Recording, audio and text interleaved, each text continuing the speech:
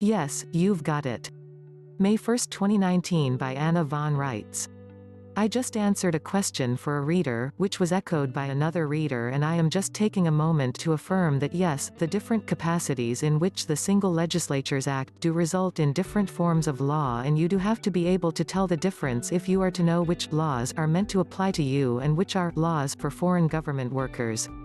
Bearing in mind that our actual sovereign states haven't assembled in 150 years, you must see that none of the state legislatures are actually functioning as state legislatures. They are calling themselves state legislatures because they are managing state trusts named after our states of the Union, and because they are legislating for Territorial States of States corporations and Municipal State of State corporations, both, but they are not in fact true state legislatures. Why? Again, the actual people of the states of the Union have not assembled their states and acted in this capacity for 150 years. So that much thorough understood. Let's grab a state legislature, for example, the Minnesota legislature. When it acts in the capacity of the Board of Trustees for the Minnesota State Trust, the results are general session laws meant to apply to the public at large. When the Minnesota legislature acts as the legislative body for the Territorial United States franchise doing business as the state of Minnesota, this results in state statutes. And when the Minnesota legislature acts as the legislative body for the Municipal United States franchise doing business as the state of Minnesota, this results in municipal code. The same is true of the United States Congress.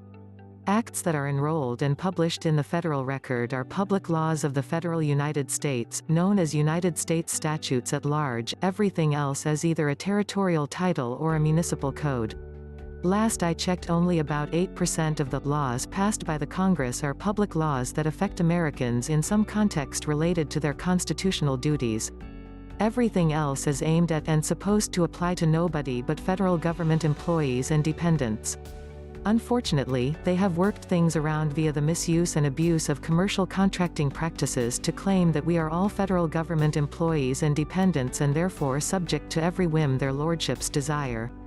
They've used dishonest and undisclosed commercial contracts to betray the trust owed to every American and then claimed that we agreed to this, that it was all voluntary, etc., etc.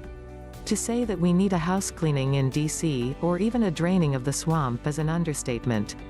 What we really need is an end to legislative conflict of interest.